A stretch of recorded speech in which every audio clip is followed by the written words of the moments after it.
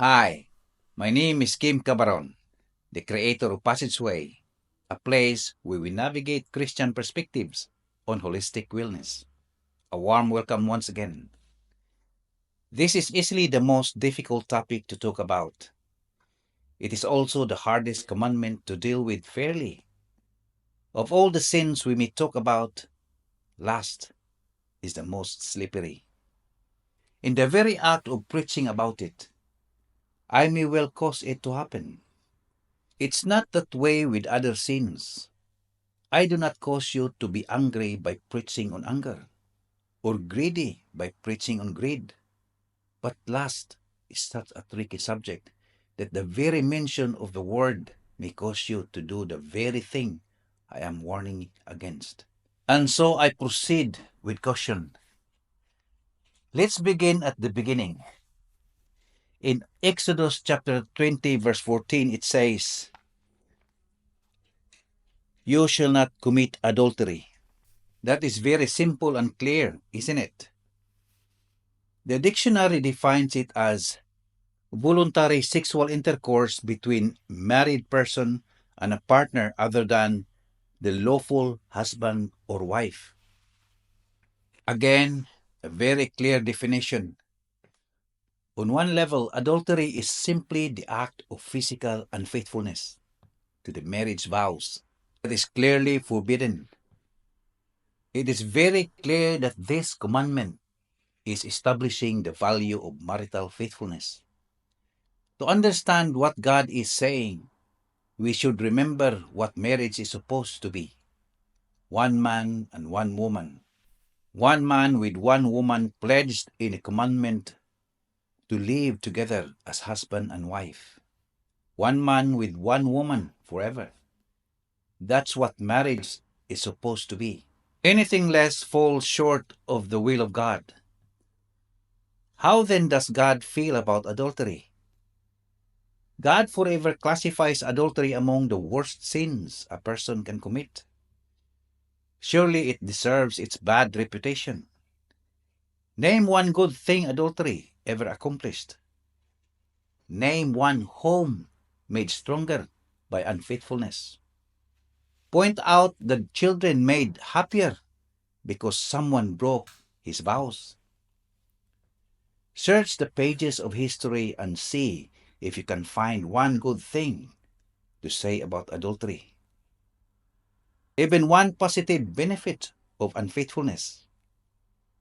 I submit it cannot be done. There is nothing good to be said about adultery. It is so destructive because it strikes at the very heart of God's gift of marriage. It takes the human bonds of trust and intimacy and the God-given bond of spiritual unity and shatters them both. It is a popular myth that what consenting adults get up to in private is nobody else's business.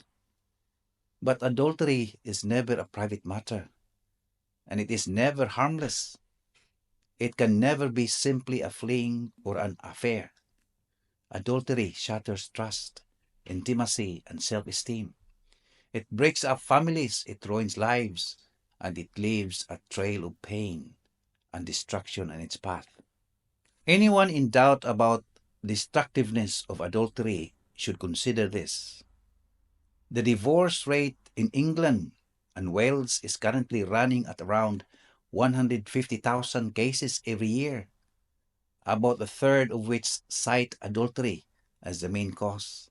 That means that the absolute tip of the iceberg of marital infidelity is 1,000 people a week finding out that their partner has been unfaithful to them. Don't you think that it's truly and deeply appalling that the most precious activity of creating new life can be treated by people so disrespectfully and carelessly? Yet it happens more often than you think. The most destructive aspect of adultery is the betrayal of one partner by another. As Jesus pointed out, even the desire or the intention to commit adultery is an act of betrayal, just like committing adultery itself. In Matthew chapter 5, verse 28, it says, But I say to you that whoever looks at a woman to lust for her has already committed adultery with her in his heart. So, on a practical level, how can we avoid adultery, whether in deed or in our hearts? Flee from temptation. In 1 Corinthians chapter 6 verse 18, it says, "Flee from sexual immorality." Other sins we are told to resist, to fight, but we are told to flee from sexual sin. Sexual sin is too dangerous and powerful for us to become involved with.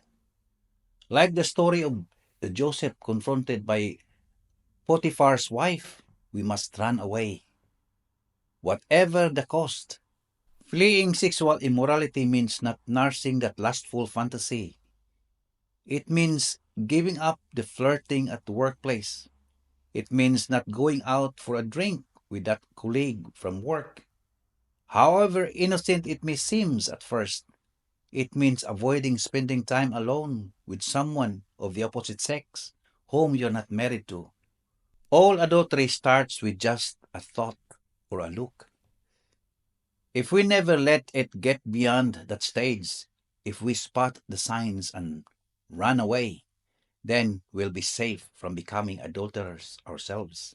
Some very eminent and respected people have simply failed to do this and have subsequently wrecked their families and their lives.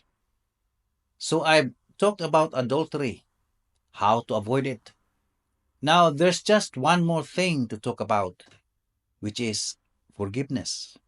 I am 100% certain that there are people watching this caught in sexual sin, perhaps even adultery, who are longing for forgiveness, either that they might be able to forgive someone or that someone might be able to forgive them, and certainly forgiveness from God. I'm sure you know the story in John chapter 8 when a woman caught in the very act of adultery is brought to Jesus, and the mob who wanted to stone her to death for his breach of the law asked him what they should do with the woman. And Jesus' answer is well known and profound. If any one of you is without sin, let him be the first to throw a stone at her. If any of us has become a true followers of Jesus Christ, then God has already forgiven us a huge weight of sin, as great as any adulterers. Therefore, it is not our place to condemn and judge others caught in sexual sin.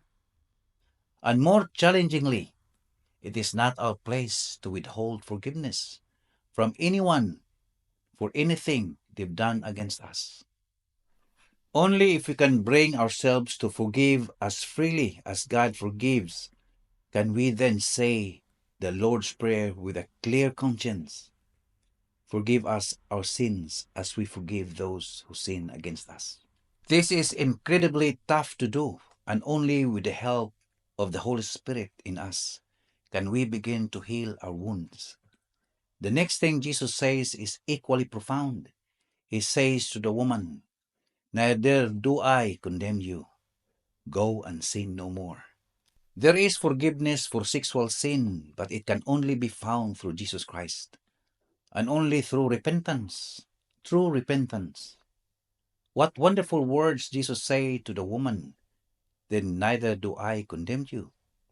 But what a serious charge he gives her, "Go and sin no more." Perhaps you are longing to hear those words of forgiveness from our Lord Jesus Christ. Jesus said, "I came not to call the righteous, but sinners to repentance." Repent and receive His loving mercy today. A blessed day. Thank you for watching. See you in the next video.